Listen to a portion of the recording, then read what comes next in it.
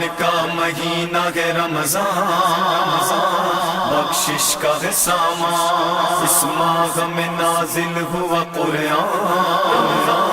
مالک کا ہے احسان۔ بسم اللہ الرحمن الرحیم، الحمد للہ رب العالمین، والصلاة والسلام علی رسولہ الکریم و اہل بیتہ الطیبین الطاہرین، لا سیما بقیت اللہ فی الارضین روحی و ارواح العالمین لتراب مقدمہ الفدا، ولعنۃ اللہ علی اعدائہم اجمعین۔ اما بعد، قال اللہ تعالی فی کتابہ الکریم، بسم اللہ الرحمن الرحیم، اتخذوا ایمانہم جنۃ فصدوا عن سبیل اللہ انہم ساء ما کانوا یعملون۔ صدق اللہ العلی العظیم۔ عزیزان گرامی قدر، سورہ منافقون کی تفسیر اور منافقت اور منافقوں کی شناخت کے اعتبار سے ہماری گفتگو کا سلسلہ جاری ہے۔ میں نے کوشش کیا کہ گزشتہ دو نشستوں میں اجمالی طور پر دین مبین اسلام کے حوالے سے، ابتدائے اسلام سے منافقوں کے حوالے سے جو مسائل ہیں ان کو آپ کی خدمت میں عرض کروں، اور یہ آپ کی خدمت میں عرض کروں کہ کون سے عوامل درکار رہے ہیں جنہوں نے منافقت کے سلسلے کو دین مبین اسلام کی صفوں کے اندر جاری کرنے میں اہم کردار ادا کیا۔ اور من البدایہ یعنی اسلام کی بالکل ابتدا سے منافقت کا جو سلسلہ ہے وہ جاری ہے، اور ابھی تک اس کے جو آثار ہیں وہ واضح طور پر آشکار ہیں۔ لہذا حدیث پیغمبر اکرم صلی اللہ علیہ وآلہ وسلم ہے۔ اس حدیث میں پیغمبر اکرم صلی اللہ علیہ وسلم یقیناً ایک بڑا امپورٹنٹ نقطہ ہے جس کی طرف آپ نے ارشاد فرمایا۔ آپ صلی اللہ علیہ وآلہ وسلم فرماتے ہیں کہ انی لا اخاف علی امتی مؤمنا ولا مشرکا، میں اپنی امت کے لیے نہ مومنین سے ڈرتا ہوں نہ مشرکین سے۔ فاما المؤمن، مومن کی کیفیت کیا ہے کہ فیمنہ بایمانہ، وہ اپنے ایمان یعنی اس کا جو ایمان ہے اس کو ضرر پہنچانے سے مانع ہو جائے گا۔ واما المشرک فیخزیہ اللہ بشرکہ، اللہ تعالیٰ اس کو اس کے شرک کی وجہ سے ذلیل و رسوا کرے گا۔ ولکنی اخاف علیکم کل منافق عالم اللسان، میں تم سے ڈرتا ہوں ہر اس منافق سے کہ جس کی زبان سے علم ٹپکتا ہو۔ عالم اللسان یعنی اپنی زبان کا عالم ہے وہ۔ یقول ما تعرفون ویفعل ما تنکرون، کہتا وہ ہے کہ جو تمہیں اچھا لگتا ہے، اور لیکن کرنے والا کیا ہے، انجام دینے والا کیا ہے، وہ چیز کہ جو بری چیز، یعنی انجام بولتا جو ہے وہ معروف چیزیں ہیں، اور جو انجام دینے والا ہے وہ منکرات ہیں۔ اور یہی منافق کی اصل پہچان ہوتی ہے کہ منافق، اب انشاءاللہ اس بحث کو کسی حد تک اگر خدا نے توفیق دی تو آپ کی خدمت میں عرض کروں گا کہ بعض اوقات انسان منافق ہے عقیدے کے اعتبار سے، اور بعض اوقات منافق ہے اپنے اعمال عبادتوں کے اعتبار سے۔ مثلا اس کی ایک بہترین مثال یہ ہے کہ لوگ اس کو دیکھ رہے ہیں، لوگوں کے سامنے ہے تو جو ہے وہ اچھے اعمال انجام دے رہا ہے، اچھی طرح سے نماز پڑھ رہا ہے، رعایت کر رہا ہے دین کی، لیکن جب خلوت میں آتا ہے تو وہ دین کی رعایت نہیں کرتا، ٹالی ہوئی نماز، کیا پڑھا کیا نہیں پڑھا کچھ نہیں معلوم، یا پڑھی نہیں پڑھی، لیکن لوگوں کے سامنے ایسے ظاہر کرتا ہے جیسے کہ نماز کا پابند ہے، تو ایسا شخص بھی جو ہے وہ روایات کے تناظر میں منافق ہے۔ یعنی ریاکاری کو نوعاً جو ہے وہ منافقت سے ہی تشبیہ دی گئی ہے اور ان کو منافقی کہا گیا ہے۔ قرآن کریم ان کے بارے میں فرماتا ہے کہ یہ اتخذوا ایمانہم جنہ، یہ اپنی قسموں کو ڈھال کے طور پر استعمال کرتے ہیں۔ فصدوا عن سبیل اللہ، پس اللہ کے راستے سے کیا کرتے ہیں، انحراف کرتے ہیں، اور اللہ کے راستے سے لوگوں کو روکتے ہیں اپنی قسموں کے ذریعے سے۔ انہم ساء ما کانوا یعملون، بے شک وہ بہت ہی برا کام جو ہے انجام دیتے ہیں۔ اب یہ کام جو کرتے ہیں وہ کس لیے کرتے ہیں، اس کی وجہ بھی اللہ تعالیٰ نے بیان فرما دی۔ ذالک بانہم آمنوا ثم کفروا، اس لیے کہ یہ لوگ ایک فیز میں، اب یہ جو آمنو ہے اس کے اوپر بحث ہے علماء کے درمیان میں کہ آیا یہ واقعاً ایمان لاتے ہیں یا ان آمنو سے مراد جو ہے وہ صرف زبانی حد تک کا ایمان ہے، کہ جیسا کہ مختلف مقامات پر قرآن نے مختلف بدوؤں کے بارے میں فرمایا کہ وقالت الاعراب آمنا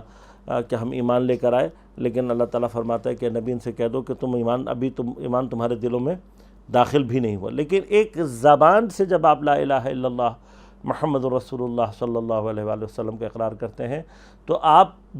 ظاہری اعتبار سے اسلام کے قلعے کے اندر جو ہے وہ داخل ہو جاتے ہیں۔ اب دل کے اندر کیا ہے یہ ہم نہیں جانتے، لہذا عین ممکن ہے کہ یہ جو آمنو کہا گیا ہے یہ ان کے ظاہری ایمان کی طرف ناظر ہو، ثم کفروا، لیکن اس کے بعد تم نے کفر اختیار کیا۔ اب یہ جو کفر ہے یہ کفر جو ہے کفر عملی ہے، یعنی ظاہراً تو مسلمان ہوں لیکن تمہارے کام کافروں جیسے اور کافروں کے حق میں ہیں۔ فَطُبِعَ عَلَىٰ قُلُوبِهِمْ فَهُمْ لَا يَفْقَهُونَ، پس ان کے دلوں کے اوپر مہر لگا دی گئی ہے، فَهُمْ لَا يَفْقَهُونَ، وہ چیزوں کو سمجھتے ہی اور درک نہیں کرتے۔ ایک بڑا یعنی مفصل بحث اس کے اپنے اندر ہے کہ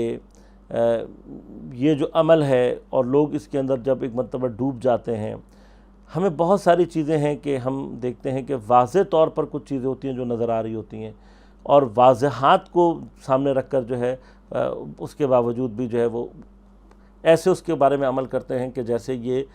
اظہر من الشمس جو ہے وہ ان کو دکھائی نہیں دے رہی۔ ایک ٹی وی پہ مسئلہ بھی سب چل رہا ہے، میں اس کی طرف صرف اشارہ کر دوں اور اس سے ریلیٹڈ بات سے جو میں کہنے جا رہا ہوں، اس میں ایک عدالت صحابہ کا نظریہ ہے۔ دیکھیے صحابہ کا احترام جب ہمارے علماء اور فقہاء اور مجتہدین کہتے ہیں تو اس سے جو ہماری مراد ہے وہ اصحاب حقیقی پیغمبر اکرم صلی اللہ علیہ وسلم تو ہیں اپنے جگہ پہ، اور وہ ہمارے دین کا حصہ ہے کہ ہم ان کا احترام کریں، لیکن بطور کل جب کہا جاتا ہے اور برادران اہل سنت کے جو مقدسات ہیں ان کے حوالے سے جب بات کی جاتی ہے تو بڑا واضح سی بات ہے، قرآن ایک مقام پہ فرماتا ہے کہ ان کے جھوٹے خداؤں کو برا نہ کہو، کہ ایسا نہ ہو کہ وہ تمہارے حقیقی اور سچے خدا کو برا بھلا کہیں۔ تو یہ بڑا ایک عام سا مسئلہ ہے، اس میں دیکھیے کسی بھی طرف متقابل کے جو محترمات اور مقدسات ہیں اس حیثیت سے کہ وہ ان کے محترمات اور مقدسات ہیں ان کی توہین کرنا اس کی دین اجازت نہیں دیتا۔ مثلا اب ہندو ہیں فرض کریں، اب وہ ہمارے دینی اعتبار سے جب ہم بات کرتے ہیں بت کی جو کیفیت ہے، شرک کی جو کیفیت ہے، یہ ہمارا مسئلہ ہے، لیکن اگر کوئی چیز ان کے لیے محترم ہے، ان کے لیے مقدس ہے، تو ہمیں حق نہیں حاصل نہیں ہے کہ ہم ملأ عام میں آ کر اس کی توہین کریں اور اس کے متعلق جو ہے وہ بے احترامانہ رویہ اختیار کریں، اس بات کی دین ہمیں اجازت نہیں دیتا۔ یعنی طرف متقابل کہ جو ہمارے ساتھ زندگی گزار رہا ہے اور ہم اور اس کے ساتھ ایک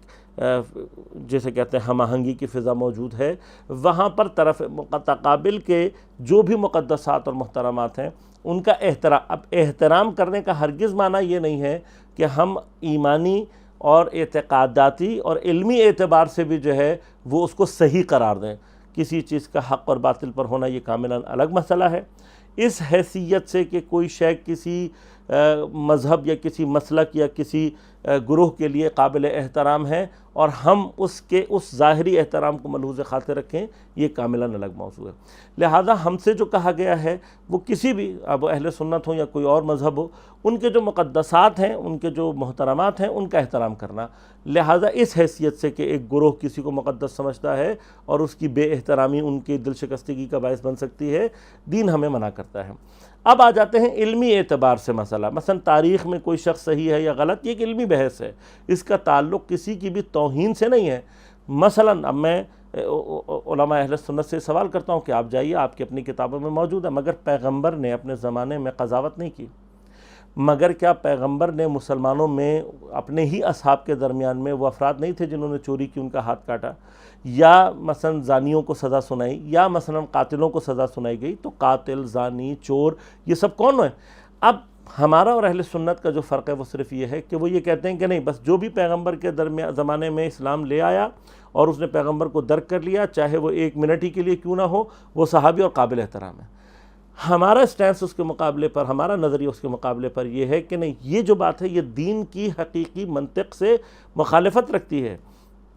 یہ کوئی سٹینڈرڈ نہیں ہے۔ کہیں پر قرآن جو ہے وہ اس طرح کے سٹینڈرڈ بیان نہیں کرتا کہ جس شخص نے بھی جو ہے وہ 1 منٹ کے لیے ایمان لا کر اور پیغمبر کو درک کر لیا تو وہ جو ہے عادل ہو گیا اور وہ گناہوں سے پاک ہو گیا۔ ایسی کوئی چیز ہمارے پاس موجود نہیں ہے۔ دین ایسی کسی چیز کی طرف ریکمنڈیشن نہیں کرتا۔ میں پیچھے بحث کر چکا ہوں، 90% افراد وہ ہیں جو 2 یا 3 سال کے مسلمان ہیں، اور بہت سارے افراد جو ہیں وہ جو پیغمبر کے آخری دور میں، بالکل آخری مہینوں آخری سالوں میں جو ہے وہ مسلمان ہوئے ہیں۔ اب پیغمبر کی وفات سے، پیغمبر کی شہادت سے کچھ دیر پہلے یا کچھ مہینے یا کچھ ہفتے پہلے اسلام لائے ہوئے شخص کے بارے میں کیا آپ یہ تصور کر سکتے ہیں کہ وہ دین کے سارے معارف کو سمجھ چکا ہوگا، وہ قرآن کے تمام معارف کو سمجھ چکا ہوگا اور اتنا اعلیٰ اور عرفہ مسلمان ہو چکا ہوگا؟ تو دیکھیے یہ چیز دین کی منطق، مثلا میرا کیا قصور ہے کہ پھر میں اس دور میں پیدا نہیں ہوا کہ میں اگر ہوتا پوری زندگی بت پرستی میں گزارنے کے بعد آخر میں تھوڑی سی دیر کے لیے جو ہے وہ پیغمبر کے حیات کے آخری حصے میں مسلمان ہو کے پیغمبر کو صرف درک کر لیتا تو میں بھی عادل ہو جاتا۔ تو ایسی کوئی چیز، یعنی ہم یہ کہتے ہیں کہ یہ جو نظریہ یہ عقل و منطق، اب جو آپ اس کے اوپر حدیثیں لے کر آتے ہیں تو لازمات ہے جو چیز عقل و منطق کے خلاف ہے اور قرآن کے واضح اصولوں کے خلاف ہے ہم اس کو قبول نہیں کر سکتے۔ باقی یہ کہ اس کی جو حدیثوں کی تہذیب ہے وہ ان کا اپنا داخلی مسئلہ ہے اور اس پر خود ان کے اندر بحث ہے کہ یہ حدیثیں جو ہیں وہ صحیح نہیں ہیں۔ اب ہم اس سے بحث نہیں کر رہے، بات یہ کہ اگر آپ کے نزدیک سارے صحابہ عادل ہیں، آپ جو ہے وہ قاتل، چور، زانی سب کو جو ہے وہ ایک پلڑے میں کھڑا کر کے عادل قرار دے سکتے ہو، وہ جو کچھ دیر کے لیے مسلمان ہوا تھا، نہ جس کو قرآن یاد ہوا، نہ جس کو پورے احکام یاد ہیں، نہ جس نے اسلام کو سمجھا، آپ کے نزدیک وہ سب عادل ہیں، تو یہ آپ کا اپنا ذاتی مسئلہ ہے، آپ اس کو ہمارے اوپر نہیں تھوپ سکتے۔ یہ آپ کو کسی نے حق نہیں دیا کہ آپ ہماری صحابیت کی ڈیفینیشن میں انٹری کریں اور آپ ہم سے زبردستی یہ کروائیں کہ جو قاتل ہے، جو پیغمبر کی جو ہے وہ توہین کرنے والے ہیں، جو پیغمبر کی بات نہ، قرآن بھرا پڑا ہوا ہے۔ آپ جا کر دیکھیے سورہ مبارک حجرات کن لوگوں کو مخاطب کرا، یا ایھا الذین آمنوا لا تقدموا بین ید اللہ ورسولہ، اے صاحبان ایمان مت آگے نکلو پیغمبر اور اللہ سے، لا ترفعوا اصواتکم فوق صوت النبی، لا تجہروا لہ بالقول کجہر بعضکم ببعض ان تحبط اعمالکم وانتم لا تشعرون۔ یہ ساری باتیں کس سے کی جا رہی ہیں؟ یا ایھا الذین آمنوا کہہ کر مسلمانوں سے بات کی جا رہی ہے۔ پس لوگ ایسے موجود تھے کہ جو پیغمبر کی توہین کرتے تھے، جو پیغمبر سے اپنی آواز کو اوپر لے جاتے تھے، جو پیغمبر کو اس طرح سے پکارتے تھے، جو پیغمبر کی بات نہیں مانتے تھے، تو انہی سے مخاطب ہو رہا ہے۔ اب ہم صرف یہ کہتے ہیں کہ جن لوگوں کی مذمت قرآن کر رہا ہے، آپ ان کی مدح کر سکتے ہیں، یہ آپ کا مسئلہ، آپ جانے آپ کا خدا جانے، لیکن آپ ہمیں مجبور نہیں کر سکتے آپ کہ ہم آ کر ان تمام افراد کو جو ہے وہ برابر سمجھیں۔ اس کے علاوہ بہت سارے مسائل ہیں، میں ان کی طرف اشارہ نہیں کرنا چاہتا، بات صرف اتنا کرنا چاہتا ہوں کہ اب دیکھیں یہیں سے ایک جریان ہے، ایک سلسلہ ہے، ایک پورا کہ جو دین مبین اسلام میں موجود ہے۔ تمام کے تمام ہمارے جو شیعہ مسلک کے علاوہ تمام مکاتب ہیں وہ منافقت کے باب کو بند کر دیتے ہیں۔ گویا پیغمبر، ایک عبداللہ بن ابی کا نام ہے کہ جس کو پیٹ پیٹ کر جو ہے اتنی آیات منافقوں کے بارے میں نازل ہو رہی ہیں۔ آپ جائیں سورہ مبارک احزاب میں جا کر دیکھیے، اذ یقول الذین فی قلوبہم مرض، جن کے بارے میں اللہ تعالیٰ نے لفظ استعمال کیا ہے، تو وہ کون لوگ ہیں کہ جن کے بارے میں جو ہے وہ قرآن یہ کہہ رہا ہے کہ یہ لوگ ہیں جن کے دلوں میں جو منافق ہیں اور جن کے جو ہے وہ دلوں کے اندر کفر کا مرض پایا جاتا ہے۔ واضح طور پر یہ وہ لوگ ہیں کہ جو کہ مسلمانوں کی صفوں کے درمیان میں موجود ہے۔ اب قرآن کا لفظ واضح طور پر جن کے لیے کہہ رہا ہے کہ ان کے دلوں کے اندر جو ہے وہ مرض موجود ہے اور یہ منافق ہیں، تو آپ مجھے بتائیے کہ میں کس بنا کے اوپر جو ہے وہ ان کو زبردستی جو ہے وہ عادل کہہ دوں، ان کے بارے میں جو ہے نا وہ یہ رویہ اختیار کروں کہ جنہیں وہ بالکل صحیح ہیں اور ان کے بارے میں جو ہے بات کرنا وہ حرام ہے؟ تو وہ آپ کا اپنا ذاتی مسئلہ ہے، آپ اس کو سولو کریں اور اپنے خدا کے سامنے آپ جواب دیں کہ آپ اس کا کیسے جواب دیں گے۔ لہذا عزیزان من، یہ تمام مقامات جتنے بھی ہیں انسان کو اس میں احتیاط سے کام لینی چاہیے، اور ہم اس بارے میں واضح طور پر جو ہے وہ یہ بات کرتے ہیں کہ جب دین مبین اسلام مفصل طور پر، اور پوری ایک سورہ موجود ہے منافقون کی، لازمات ہے۔ اب یہ جو سورہ منافقون ہیں یہ صرف عبداللہ ابن ابی کے بارے میں نہیں ہے، یہ واضح طور پر ایک پورا سلسلہ ہے۔ اور پیغمبر کہہ رہے ہیں میں اپنی امت میں منافقوں سے ڈرتا ہوں، تو کہاں ہے منافق پھر؟ کیوں آپ باب منافقین بند کر دیتے ہیں پیغمبر کے بعد اور اس کو ڈسکس نہیں کرنا چاہتے؟ خود حتیٰ پیغمبر کی حیات میں آپ منافقین کی بحث کو ڈسکس کرنا نہیں چاہتے۔ لہٰذا یہیں سے واضح ہو جاتا ہے کہ ایک وہ جریان ہے جو منافقت کو ڈسکس نہیں کرنا چاہتا۔ کیوں نہیں کرنا چاہتا؟ اب اس کی بحث ان کو ساتھ ہوتا ہے۔ ہم کہتے ہیں آؤ کرو، تلاش کرو کہ منافقین کہاں پر ہیں، اور منافقین کو تلاش کیے بغیر اسلام کے حقیقی دشمنوں کو تلاش نہیں کیا جا سکتا۔ خوب، اب یہ لوگ جو ہے اللہ تعالیٰ فرماتا ہے کہ یہ لوگوں کو احراز کرتے ہیں اپنی قسموں سے، لازمات ایمان ہو، اپنے ایمان کے اوپر قسم اٹھاتے ہیں، اپنے ایمان سے متعلق بات چیت کرتے ہیں۔ لہذا یہ تمام کے تمام افراد وہ ہیں کہ جو اپنے ان الفاظ سے، اپنی ان باتوں سے مسلمانوں کو ایک طرح سے دھوکے میں رکھتے ہیں اور ان کو انحراف کی طرف لے کر جاتے ہیں۔ اللہ تعالیٰ فرماتا ہے کہ کیا یہ جو ایمان لائے ہیں یہ ظاہری ہے، ثم کفروا، یعنی یہ بظاہر تو اسلام لے آئے ہیں لیکن اس کے بعد ان کو یقین نہیں ہے، یہ پیغمبر کی توہین کرتے ہیں، یہ ضروریات دین کا انکار کرتے ہیں، یہ مسلسل نبوت کے بارے میں شک میں ہیں، لہذا طبع علی قلوبہم فہم لا یفقہون، پس جیسے ہی دلوں پر مہر لگ جاتی ہے۔ اب علامات ہے طبع علی قلوبہم سے کیا مراد ہے، قلب کیا چیز ہوتی ہے، اس کے اوپر مہر لگنے سے کیا مراد ہے، یہ کیا کیفیات ہیں، یہ مفصل ابحاث ہیں کہ جو میں اب بظاہر آپ کی خدمت میں یہاں پر اس کی تفصیلات بیان نہیں کر سکتا، انشاءاللہ خدا نے توفیق دی تو کسی اور موقع پر اور کسی اور سلسلے کے دوران انشاءاللہ آپ کی خدمت میں عرض کر دوں گا۔ لیکن ہوتا کیا ہوتا یہ کہ آپ جب انحراف کی طرف عقل اور منطق کو اور واضحات دین کا انکار کر رہے ہوتے ہیں تو پھر اللہ تعالیٰ کیا کرتا ہے کہ جب دلوں پر آپ کی مہر لگا دیتا ہے کسی کے انسان کے، تو وہ شخص جو ہے لا یفقہون، وہ سمجھنے کی قابلیت ختم کر دیتا ہے، یعنی سامنے نظر آنے والا حق اس کو پہچان نہیں کرتا، سامنے نظر آنے والا باطل اس کے بارے میں اس کی جو ہے وہ رائے کبھی بھی جو ہے وہ سمجھ میں نہیں آتی۔ عشرہ مبشرہ کی حدیث کے بارے میں خود ان کی کتابوں میں موجود ہے کہ اس کی جو ہے وہ روایت ضعیف ہے، اس کے علاوہ کاملاً ایک غیر منطقی، یعنی آپ اگر عشرہ مبشرہ کو اٹھاتے ہیں اور تاریخی حقائق کو دیکھتے ہیں تو اسی عشرہ مبشرہ کے افراد آپس میں ایک دوسرے سے لڑ رہے ہیں،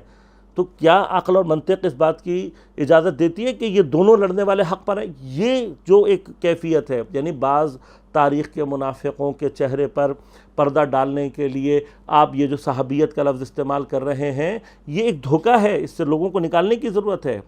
یہ کیسے ممکن ہو سکتا ہے کہ امیر المومنین علیہ الصلوۃ والسلام کے جن کا حق پر ہونا تمام متفق علیہ طور پر الحق مع علی والعلی مع الحق، قرآن علی کے ساتھ ہے، علی قرآن کے ساتھ ہے، سے لے کر اتنی روایت امیر المومنین علیہ الصلوۃ والسلام کی شان میں موجود ہیں، اور ان کے مقابلے پہ کھڑے ہونے والوں کو آپ دونوں کو ایک ترازو میں دونوں کو جنتی قرار دے دیں، قاتل و مقتول دونوں جنت میں ہوں، یہ بات ہمارے ہاں ہضم نہیں ہوتی۔ دیکھیے ہم بالکل عقل و منطق کے مطابق آپ دیکھیں، میں پھر کہتا ہوں آپ کے نزدیک قاتل و مقتول دونوں جنت میں جا سکتے ہیں، دونوں صحیح ہیں، آپ تصور رکھیں، آپ کو مسئلہ نہیں ہے،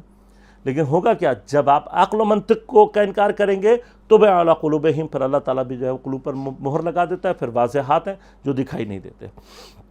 اور اس کو ہم اپنے ہاں مسلسل جو ہے وہ تجربہ کرتے رہتے ہیں۔ اب وَإِذَا رَأَيْتَهُمْ تُعْجِبُكَ أَجْسَامُهُمْ، جب تم ان کو دیکھتے ہو تو تم تعجب کرتے ہو ان کے اجسام سے۔ پھر سے عرض کروں گا کہ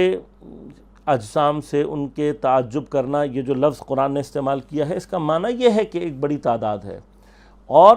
یہ جو تعداد تھی منافقوں کی، یہ بظاہر جو ہے وہ جسمانی اعتبار سے بھی مضبوط، اور اب دو طرح سے معنی کیا جا سکتا ہے، ایک یہ کہ جسمانی اعتبار سے بظاہر مضبوط یا کھاتے پیتے، اب علامات ہے یہاں سے بھی انہوں نے لنک کیا ہوا ہے، وہاں سے بھی لنک کیا ہوا ہے، ادھر سے بھی ان کو فائدہ ملتا ہے، وہاں سے بھی ان کو فائدہ ملتا ہے، تو اس اعتبار سے عین ممکن ہے، کیونکہ مسلمانوں نے یہ یاد رکھیے گا ابتدائی جو دور گزارا ہے وہ بڑا سخت گزارا ہے، اور اس سخت دور کی وجہ سے ان کے مالی مسائل، ان کے اقتصادی مسائل، فقر و فاقہ، یہ مسائل ان کے ساتھ رہے ہیں۔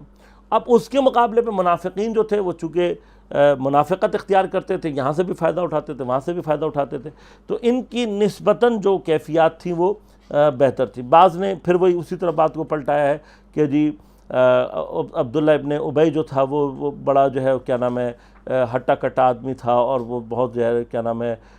جسامت کے اعتبار سے۔ تو بات یہ کہ ہم اس کے بارے میں اگر اس بات کا تصور کریں کہ کوئی شخص تھوڑا سا کھاتا پیتا ہو یا جسمانی اعتبار سے موٹا تازہ ہو، یہ بات پیغمبر کو تعجب میں ڈالے گی، میں تھوڑا سا اس بات میں مشکوک ہوں کہ اس کو یوں کہا جائے کہ جی چونکہ وہ ذرا کھاتے پیتے تھے اور وہ جو ہے اس طرح کے تھے، تو اس وجہ سے پیغمبر جو ہے وہ ان کے سے متعلق ایک تعجب کی کیفیت میں، ایک یعنی یوں دوسرے لفظ میں کہا جائے کہ ایک امپریسو جو ہے وہ حالت میں آ جائیں، تو میں نہیں سمجھتا کہ یہ اس طرح کی کوئی صورت رہی ہوگی۔ بظاہر اس کے مقابلے پر کیا ہے کہ جب یہ کہا جاتا ہے کہ توجب اجسامہ، یعنی اس سے مراد یہ کہ ان کی ایک ظاہری جو حیت ہے وہ ایسی تھی کہ جو انسان کو اس اعتبار سے تعجب میں ڈالتی ہے کہ یہ لوگ اتنے اسٹرینتھ کیسے ہے ان کی۔ جسم یہاں پر جو ہے وہ جسم ظاہری مراد نہ لیا جائے، بلکہ جسم سے مراد یہاں پر ان کی ظاہری اسٹرینتھ کو لیا جائے، یعنی منافق بعض اوقات اتنی شدت کے ساتھ نفوذ پیدا کر لیتے ہیں کہ ان سے متعلق انسان تعجب کرتا ہے کہ یار یہ منافق پارٹی لیکن کتنا اس نے ڈیپ کام کیا ہوا ہے، کتنا یہ اندر پیدا ہوئی ہوئی ہے، کس قدر اس کی جڑیں جو ہیں وہ محکم ہوئی ہوئی ہیں۔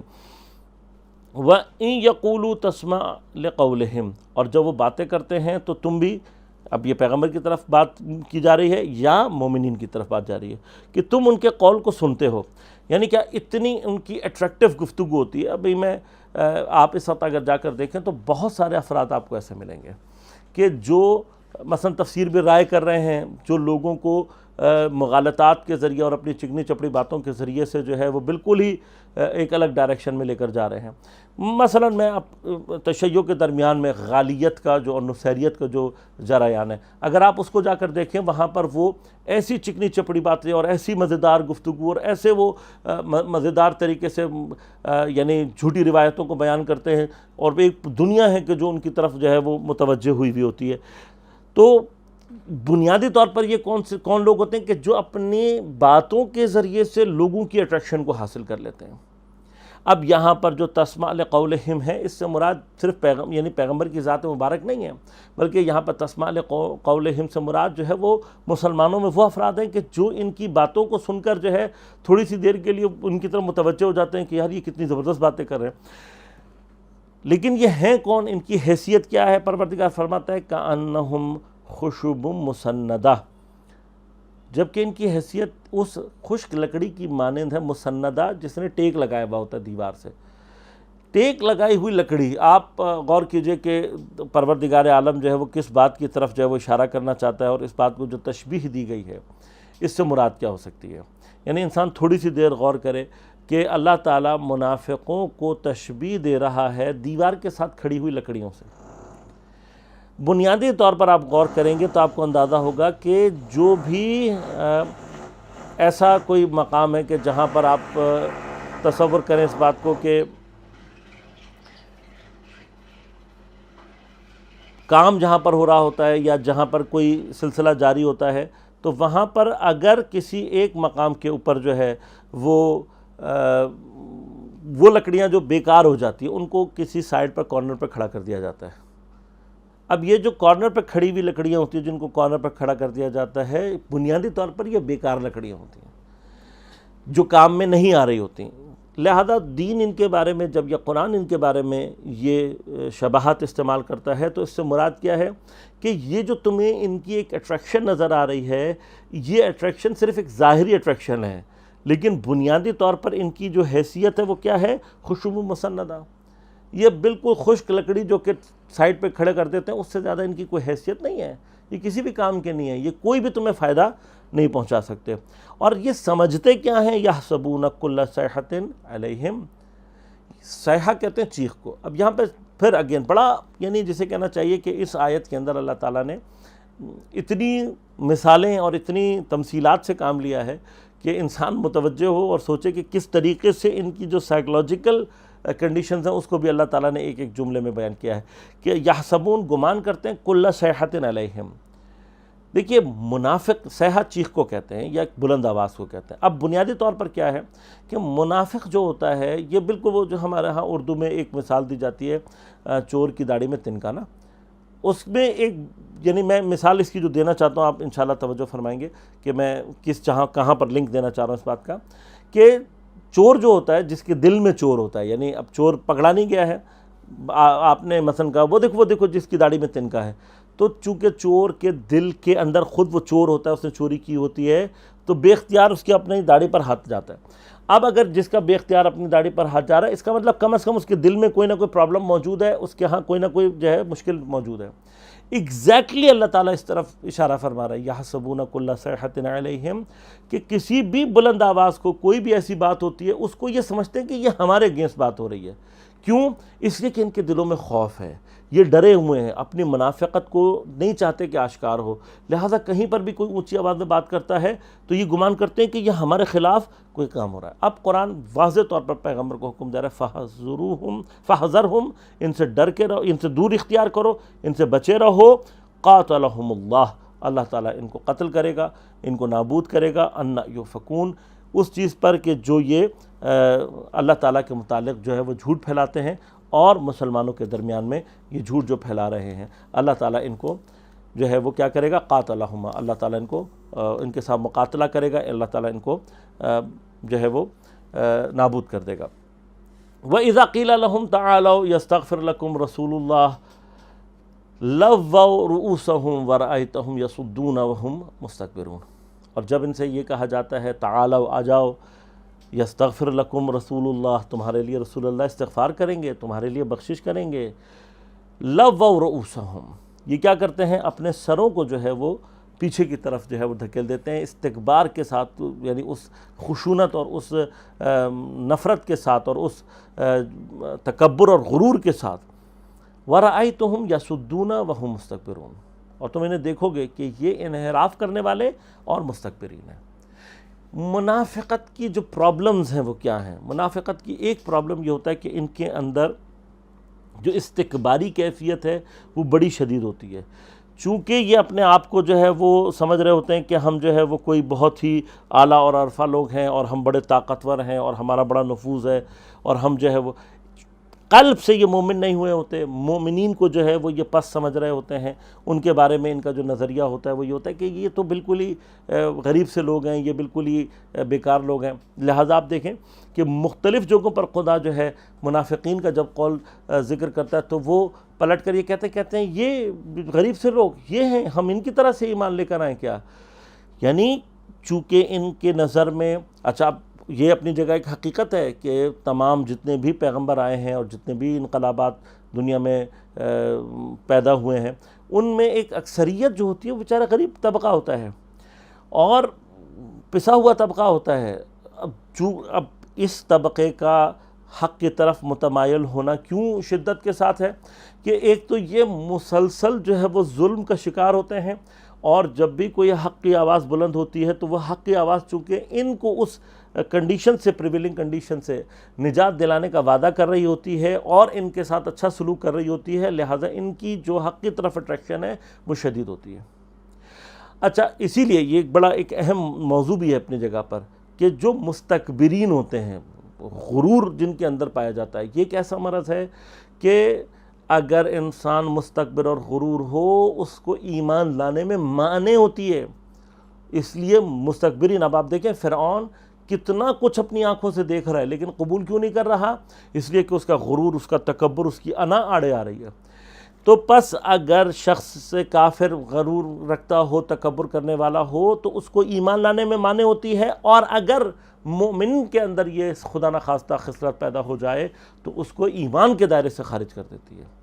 لہٰذا استکبار سے، غرور سے، انانیت سے بشدت منع کیا گیا ہے۔ دیکھیں، تذلیل نفس کو ہمارا مذہب جو ہے وہ پسند نہیں کرتا کہ میں اپنے نفس کو ذلت کی حالت میں لے کر جاؤں، لیکن مومنین کے سامنے، مومنین کے برابر، خدا کے سامنے اپنے آپ کو جو ہے وہ ذلیل ثابت کرنا، اپنے آپ کو جو ہے وہ خشیت کا اور اس کا انکساری کا مظاہرہ کرنا، یہ دین چاہتا ہے، اور خصوصاً پروردگار کی ذات کے سامنے۔ پھر جتنے بھی مومنین ہیں، جب اللہ تعالیٰ نے فرما دیا کہ انما اکرمکم عند اللہ اتقاکم، تو ہمارا دیکھیں اب جو پروردگار کے نزدیک صاحب اکرام ہے وہ صاحب اکرام ہے۔ میرے دولت، میرا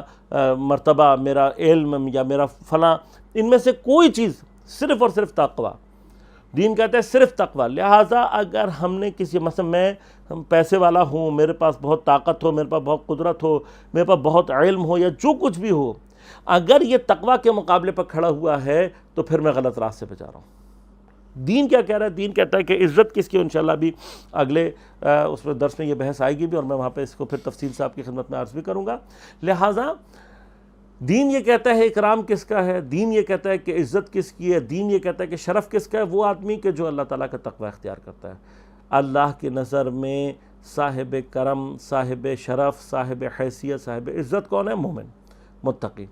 لہذا اگر عزت کا ہم نے معیار یہ بنایا ہوا ہے،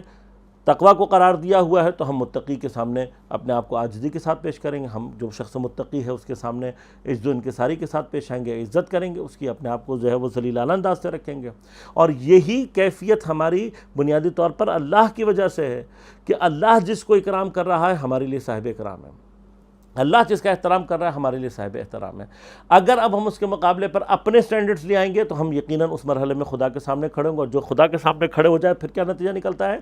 کہ وہ کبھی بھی حق کی طرف نہیں آتا۔ اب ان کا استکبار، یعنی خود منافقوں کے اندر جو استکباری کیفیت ہے، انانیت کی کیفیت ہے، غرور کی کیفیت ہے، یہ کیفیت ان کو پیغمبر کی طرف نہیں آنے دیتی تھی، ان لوگوں کو استغفار کی طرف نہیں آنے دیتی تھی۔ لہٰذا عرض خدمت میں آپ کے کروں کہ ایک بہت بڑی تعداد جو تھی وہ ایسے افراد کی تھی کہ جو کسی عرب کے مثلا خود مالی اعتبار سے جو مرضی ہوں، یعنی عرب میں آپ کو پتہ ہے کہ قبیلہ پرستی جو تھی وہ ایک بڑی شدت کے ساتھ پائی جاتی تھی۔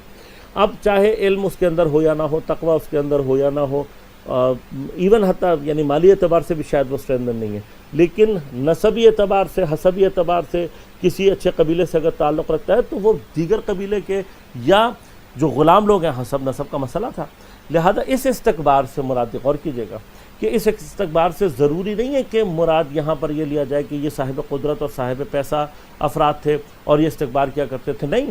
حتیٰ استکبار کی جو کیفیت ہے وہ انسان کے اندر اس طریقے سے بھی پائی جاتی ہے کہ وہ اچھا قبیلہ ہونے، بڑے قبیلے ہونے کی نسبت سے جو لوگ بیچارے غلام تھے، یا حتیٰ عرب عجم کا مسئلہ، یہ ایک تاریخ کے اندر بحث ہے، اس کو جا کر دیکھیے گا کہ کون لوگ، حتیٰ پیغمبر اپنے آخری حج کے جو خطبات ہیں اس میں فرما رہے ہیں کہ عربی کو عجمی کے اوپر کوئی فوقیت نہیں ہے، لیکن آپ تاریخ سے سوال کریں کہ کن لوگوں نے جو ہے وہ پیغمبر کے بعد ایک مدت تک جو ہے وہ عجمیوں کا جو ہے وہ مدینہ میں پابندی، وجود پہ پابندی لگائی گئی تھی۔ اسی طرح سے عجمیوں کے ساتھ جو ہے وہ شروع میں ایک بہت ہی نفرت انگیز جو ہے وہ سلوک رکھا گیا، ان کے ساتھ ایک جو ہے وہ ڈپرائیوڈ جو ہے وہ بیہیویئر رکھا گیا، ان کے ساتھ جو ہے وہ ایک نہایت ہی معاندانہ رویہ اختیار کیا گیا، دشمنانہ بیہیویئر رکھا گیا، ان کو کمتر سمجھا گیا، اور ایک فضا شروع میں جا کر یعنی ابتدائے دین میں، اسلام میں یہ ایجاد ہوئی تھی کہ کچھ لوگوں کی وجہ سے جو نئے اسلام لانے والے عجمی تھے، خصوصاً ایرانی، وہ یہ محسوس کیا کرتے تھے باقاعدہ کہ جو ہے وہ عرب جو ہے وہ اپنے آپ کو ہم سے سپیریئر سمجھتے، جبکہ پیغمبر اکرم صلی اللہ علیہ وسلم نے منع کیا تھا۔ لہذا اب یہاں پر جس استکبار کی بات کی جا رہی ہے، اس استکبار سے مراد صرف یہ نہیں ہے کہ کوئی یہ جو لوگ تھے یہ کوئی منافق کو پیسے کے اعتبار سے کوئی بہت یعنی زبردست لوگ تھے، یا قدرت ان کے پاس تھی، طاقت تھی، کوئی سردار وغیرہ، نہ، حتیٰ استکبار کی جو کیفیت میں نے عرض کیا کہ وہ حسبی و نسبی اعتبار سے، میں فلاں قبیلے سے ہوں، لہذا فلاں کے ساتھ میں بات نہیں کروں گا، غلاموں کے ساتھ، حبشیوں کے ساتھ آپ جا کر دیکھیں تاریخ میں بہت سارے مقامات ایسے ہیں۔ اب یہ مسائل پیغمبر کے ساتھ جو اطراف میں لوگ ہیں انہی کے درمیان میں پائے جاتے تھے،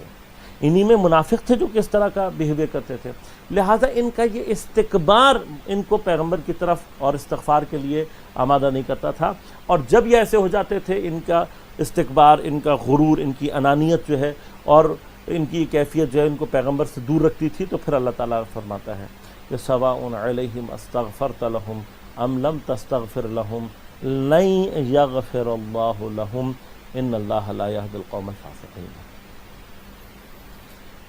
میرے خیال سے یعنی اللہ سے جو پناہ مانگنی چاہیے ان میں سے ایک مقام ہے کہ جہاں پر اللہ تعالیٰ کسی بھی انسان کے اوپر ہدایت کے دروازوں کو اس کی اپنی حرکتوں کی وجہ سے بند کر دے۔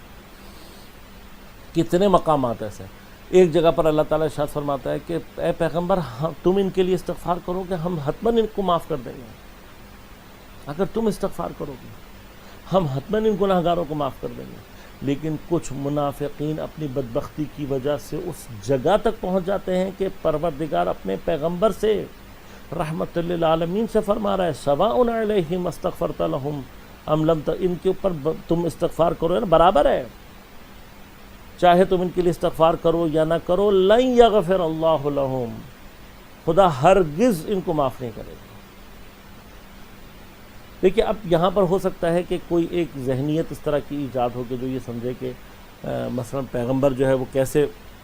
ان لوگوں کے لیے استغفار کر سکتے ہیں کہ جن کو اللہ تعالیٰ معاف نہیں کیا، جو لوگ خدا کے دشمن ہیں پیغمبر ان کے لیے کیسے استغفار کر سکتے ہیں۔ دیکھیے کچھ چیزوں پر یاد رکھیے گا کہ کچھ چیزیں جو ہوتی ہیں پیغمبر کو بھی وہ ظاہری طور پر جو کچھ چیزیں ان کی رعایت کرنا ضروری ہوتی ہے۔ دنیا میں جب وہ اس جسمانی کیفیات کے ساتھ موجود ہیں تو اس کے جو قواعد و ضوابط ہیں پیغمبر ان میں سے بہت سو کو جو ہے وہ فالو کرنے کے پابند ہیں، لہذا کچھ چیزوں چونکہ ظاہراً موجود ہیں اور پیغمبر اپنے طور پر، دیکھیے ایک فریضہ پیغمبر کا ہے، یہ جو جگہ ہے اس میں کہیں پر بھی کوئی اختلاف نہیں ہے، خدا نہ خواستہ پیغمبر کی بات کو اللہ تعالیٰ رد نہیں کر رہا. وہ بات جو پیغمبر کے بارے میں اللہ تعالیٰ کر رہا ہے وہ پیغمبر کا فریضہ ہے،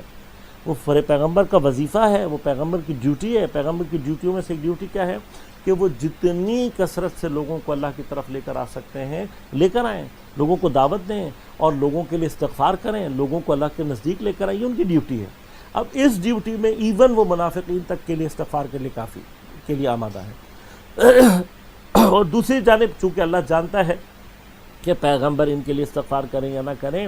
ان لوگوں میں ان کے استکبار کی وجہ سے، ان لوگوں میں ان کی منافقت کی وجہ سے کوئی تبدیلی نہیں آنی. لہذا پروردگار جب ان کے بارے میں کہتا ہے اس طرف جو کہا جا رہا ہے وہ پیغمبر کا وظیفہ ہے، وہ پیغمبر کی ڈیوٹی ہے کہ پیغمبر نے یہ کام کرنا ہے. پیغمبر اپنا کام انجام دے. اب پیغمبر کا کام ضائع نہیں جا رہا، یہ یاد رکھیے گا، کیونکہ پیغمبر کا وظیفہ ہے. کسی چیز کے اندر اثر پیدا ہونا یا نہ ہونا یہ خدا کا کام ہے. کچھ چیزیں ہیں جن کو اللہ تعالیٰ نے ہمارے اوپر چھوڑی ہوئی ہیں. اگر ہم ان چیزوں کو انجام نہیں دیں گے، مثلا اللہ تعالیٰ نے اگر ہمارا جو ہے وہ صحت کی کو جو ہے وہ علاج کے اندر رکھا ہوا ہے اور ہم علاج نہیں کریں گے تو خدا ہمیں کبھی بھی صحت مند نہیں کرے گا. لہذا بہت سارے مقامات عزیزان من ایسے ہیں کہ جہاں پر جب تک انسان اپنی قابلیت کا جو ہے وہ اظہار نہیں کرتا اور اپنے اندر سے قابلیت کو ظہور نہیں دیتا، تب تک پروردگار اس کو زبردستی کسی چیز کے اوپر جو ہے وہ نہیں ڈالتا، اس کو اس راستے کے اوپر نہیں ڈالتا. یہ اللہ تعالیٰ کا قانون ہے. ان اللہ لا یغیر ما بقوم حتی یغیروا ما بانفسہم. قانون ہے کہ اگر تم اپنی حالت کو نہیں بدلو گے، کوئی قوم اپنی حالت کو نہیں بدلے گی تو اللہ تعالیٰ ہرگز زور زبردستی سے آ کے اس کی حالت کو نہیں بدلے گا. لہذا یہ انسانوں کا جب اللہ تعالیٰ قرآن میں تمام وہ مقامات کے جہاں پر اللہ تعالیٰ یہ فرماتا ہے کہ ان اللہ لا یہدی القوم الفاسقین، اللہ تعالیٰ قوم فاسقین کی ہدایت نہیں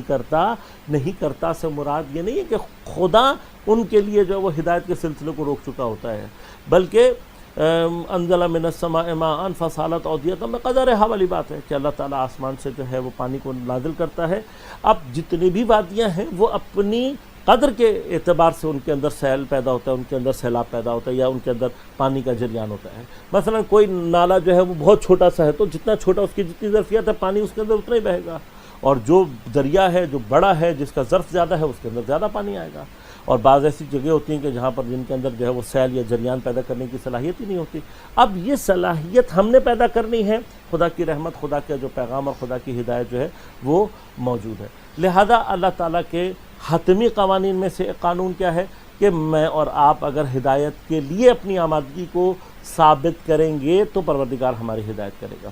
اسی طرح سے دوسری جانب ہے، اگر میں کوئی کام ایسا انجام دیتا ہوں، میں پروردگار کے سامنے اپنے آپ کو ثابت کر دیتا ہوں کہ میں ان لوگوں میں سے ہوں کہ جن کے اوپر ہدایت کوئی اثر نہیں کرے گی اور ہدایت کا کوئی امپیکٹ ان کے اوپر نہیں آئے گا، تو پھر پروردگار زور اور زبردستی سے پروردگار اجباری طور پر مجھے ہدایت کرے اور مجھے دین کی طرف لے کر جائے، یہ ہرگز بھی جو ہے وہ پروردگار کے ہاں قرار نہیں ہے، اور پروردگار کبھی بھی ان ایسے لوگوں کی ہدایت نہیں کرتا. لہذا قرآن میں جہاں کہیں پر بھی اللہ تعالیٰ نے لا یہدی کہہ کر خطاب کیا ہے، چاہے وہ ظالمین کے بارے میں ہو، چاہے وہ فاسقین کے بارے میں ہو، چاہے وہ منافقین کے بارے میں ہو، ان تمام کے بارے میں جو اصل مطلب مرحلہ ہے وہ یہ ہے کہ یہ خود اپنے آپ کو اس جگہ تک پہنچا چکے ہوتے ہیں. انہوں نے خود اپنے آپ کو اس جگہ کے لیے ثابت کر دیا ہوتا ہے کہ جہاں پر پروردگار ان کے اوپر ہدایت کے راستوں کو بند کر دیتا ہے، ان کے اوپر ہدایت کے دروازوں کو بند کر دیتا ہے، یا یوں کہہ لیجئے کہ یہ خود اپنے خول میں چلے جا سکتے ہیں. یعنی وہی جو پیچھے گفتگو ہے یہ کہ طبع علی قلوبہم، انسان اپنے قلب کو اس جگہ پہنچا دیتا ہے کہ جہاں پر اس کا قلب جو ہے وہ بند ہو جاتا ہے. اور جب قلب ایک دفعہ بند ہو جائے تو پھر اس کے اندر بند قلب اس بوتل کی مانند ہوتا ہے جس کا ڈھکنا بند ہے. اگر آپ اس کو سمندر میں بھی پھینک دیں گے تو اس کے اندر پانی نہیں جائے گا. کیوں پانی نہیں جائے گا؟ یعنی آپ نے سنا ہوگا، دیکھا بھی ہوگا، کبھی آپ کے اتفاقات میں بھی تجربات میں کوئی ایسی چیزیں آئی ہوں گی کہ بہت سارے جو ہیں وہ آپ نے یعنی سنا ہوگا اس کو کہ جی وہ دریا میں کسی نے پانی میں جو ہے نا بوتل میں پیغام ڈال کے بھیج دیا اور پتہ نہیں کتنے سالوں تک گردش کرتے رہے اور اس کے بعد جو ہے وہ نکل آتا ہے. تو اس کے اندر جو پیغام ہوتا ہے وہ سالم نکل آتا ہے. کیوں؟ اس لیے کہ جب تک اس بوتل کا ڈھکنا بند ہے پانی اس کے اندر، اب یعنی کئی سالوں وہ بوتل اس پانی کے اندر دریا کے اندر پڑی رہے تب بھی اس کے اندر جو ہے نا پانی کا قطرہ نہیں جائے گا. کیوں؟ اس لیے کہ اس کا ڈھکنا بند ہے. ہمارے قلب کی کیفیت جو ہے وہ بالکل اسی لیے کہ ارشاد حدیث ہے، البتہ یہ اس کے اوپر جو ہے وہ بحث اگر کی جائے تو بڑی مفصل بحث ہے، جو کہ ابھی بہرحال نہ موقع ہے، اور انشاءاللہ کبھی موقع ملا تو، چونکہ قلوب کے اوپر میں بحث اس سے پہلے بھی کر چکا ہوں، تقریباً ایک پورے مہینے کی بحث تھی جو ہم نے صرف قلب کے اوپر کی تھی. تو اس میں ایک بڑی حدیث ہے امام محمد باقر علیہ الصلوۃ والسلام سے، جس میں آپ نے فرمایا کہ ان القلوب اربعہ، 4 طرح کے قلوب امام نے بیان فرمائے. قلوب فیہا نفاق و ایمان وقلب منکوس وقلب مطبوع وقلب اظہر اجرد. انشاءاللہ میں کل اس کے حوالے سے آپ کی خدمت میں کچھ مطالب اور ہیں جو کہ بیان کروں گا، لیکن یہاں پر امام نے 2 طرح کے قلب کو خاص طور پر بیان، ایک منکوس اور ایک مطبوع. منکوس جو ہوتا ہے وہ الٹا ہوتا ہے. منکوس کی مثال جو ہے وہ ہم ایسی دیتے ہیں کہ آپ نے برتن بارش میں الٹا ڈالا، اب جتنی مرضی بارش ہو جائے، جتنی مرضی بارش ہو، یہ قلب جب اس کا ظرف الٹا ہے تو اس کے اندر کچھ بھی نہیں ٹھہرے گا، کبھی بھی نہیں ٹھہرے گا. ہم اپنی باتوں سے، اپنی حرکتوں سے بعض اوقات اپنے قلب کو یا منکوس کر دیتے ہیں یا اپنے قلب کو مطبوع کر دیتے ہیں، اس کا دہن بند کر دیتے ہیں. اب میں نے عرض کیا کہ آپ ہدایت کے وہ شخص جو ہے وہ بحر بے قرار کے اندر بھی چلا جائے، چونکہ اس کا قلب بند ہے، اس کے اندر جو ہے وہ کبھی بھی جو ہے وہ ہدایت نہیں وارد ہو سکتی. اور قلب کے جو ہے وہ مطبوع ہونے میں، قلب کا جو منہ ہے اس کے بند ہونے میں ایک اہم ترین وجہ جو ہے وہ پیغمبروں کو اذیت دینا، ان کے خلاف چلنا، ان کو تکلیف پہنچانا. ایک اہم ترین جو مقام ہے جس کو امام حسین علیہ السلام نے بیان فرمایا وہ رزق حرام ہے، کہ جیسے ہی آپ رزق حرام جو ہے وہ اپنے شکم میں لے کر جاتے ہیں، رزق حرام کا شکم میں جانے کا اثر جو ہے وہ ایک یہ ہے کہ قلب کے اوپر مہریں لگنا شروع ہو جاتی ہیں. اور اگر کسی سٹیج پر حرام جو ہے وہ اس حد تک انسان کی زندگی میں نفوذ پیدا کر لے تو انجام جو کار ہوتا ہے وہ یہ ہوتا ہے کہ انسان کا قلب جو ہے وہ بالکل ہی مطبوع، بالکل ہی اس کے اوپر مہر لگ جاتی ہے، ختم اللہ علی قلوبہم والی کیفیت ہو جاتی ہے. اور اگر ایک دفعہ یہ کیفیت ہو جائے تو لا یفقہون، نہ ان کو کوئی بات سمجھ میں آتی ہے اور نہ کوئی ہدایت کی چیز ان کے اوپر اثر کرتی ہے. اب جب انسان اس کیفیت میں، اب چونکہ اللہ تعالیٰ ان کے دلوں، ان کی کیفیات سے اور ان کے آئندہ سے بھی واقف ہے، لہذا فرماتا ہے لا یغفر اللہ لہم. اور میں یہ سمجھتا ہوں کہ منافقوں کے اعتبار سے ان کے مایوس ہونے کے لیے اور ان کی تباہی اور بربادی کے لیے وہ پروردگار جو کہتا ہے میں غفور الرحیم ہوں، تمہارے ہر گناہ کو معاف کروں، تم شرک نہ کرو، اگر تم نے کوئی گناہ کبیرہ بھی کیا تو میں اس کو معاف کر دوں گا. اس قدر پروردگار اپنی رحمتوں کو، اپنی مغفرتوں کو جاری کرنے والا، اتنی محبت کرنے والا، 70 ماؤں سے زیادہ محبت کرنے والا اور 70 ماؤں سے زیادہ انسان کا درد رکھنے والا پروردگار اگر کسی کے لیے کہہ دے کہ لا یہد القوم الفاسقین، تو اس سے زیادہ بدبخت قوم اور افراد کوئی نہیں ہو سکتے. دعا کرتے ہیں پروردگار کے حضور میں کہ بار الہ اس ماہ مبارک رمضان کی پربرکت ساعتوں میں اور اس کی پربرکت فضاؤں کے اندر ہمارے لیے مغفرت کا سامان مہیا فرما. حدیث کا جو ایک مفہوم ہے کہ جس کسی نے ماہ مبارک رمضان میں اپنے لیے استغفار اور مغفرت کا بندوبست نہیں کیا وہ بدقسمت لوگوں میں سے ہے. پروردگار تو اپنی رحمت اور مغفرت اور برکات کے اور لطف اور کرم کے ذریعے سے ہمیں ان سے لوگوں میں شمار نہ فرما. ان تمام برکتوں، رحمتوں، مغفرتوں کا تجھے واسطہ ہے، امام زمانہ کے ظہور میں تعجیل فرما. تمام مومنین کو اپنے حفظ و امان میں رکھ، تمام علماء مراجع اعظام کو اپنے حفظ و امان میں رکھ. آج کی جو یہ شب ہے وہ بھی شب قدر میں شمار ہوتی ہے، اور اس شب میں بھی جو ہے وہ استغفار اور عبادتوں کا بہت ثواب ہے. اور امام سجاد علیہ السلام کی ایک مخصوص دعا ہے کہ جس کا آپ کثرت سے جو ہے وہ ورد کیا کرتے تھے اور عبادت کیا کرتے تھے. مومنین سے التماس ہے اگر وہ عبادات کو انجام دیں تو ہم گناہ گاروں کو بھی اپنے دعاؤں میں یاد رکھیے گا. پروردگار سے دعا ہے کہ جتنے بھی مومنین ہیں ان سب کو اس وبا سے اپنے حفظ و امان میں رکھ، تمام انسانوں کو اپنے حفظ و امان میں رکھ. ہم سب کو امام زمانہ علیہ السلام کے اعوان و انصار میں شمار ہونے کی توفیق عنایت فرما. ربنا تقبل منا انک انت السمیع العلیم برحمتک یا ارحم الراحمین.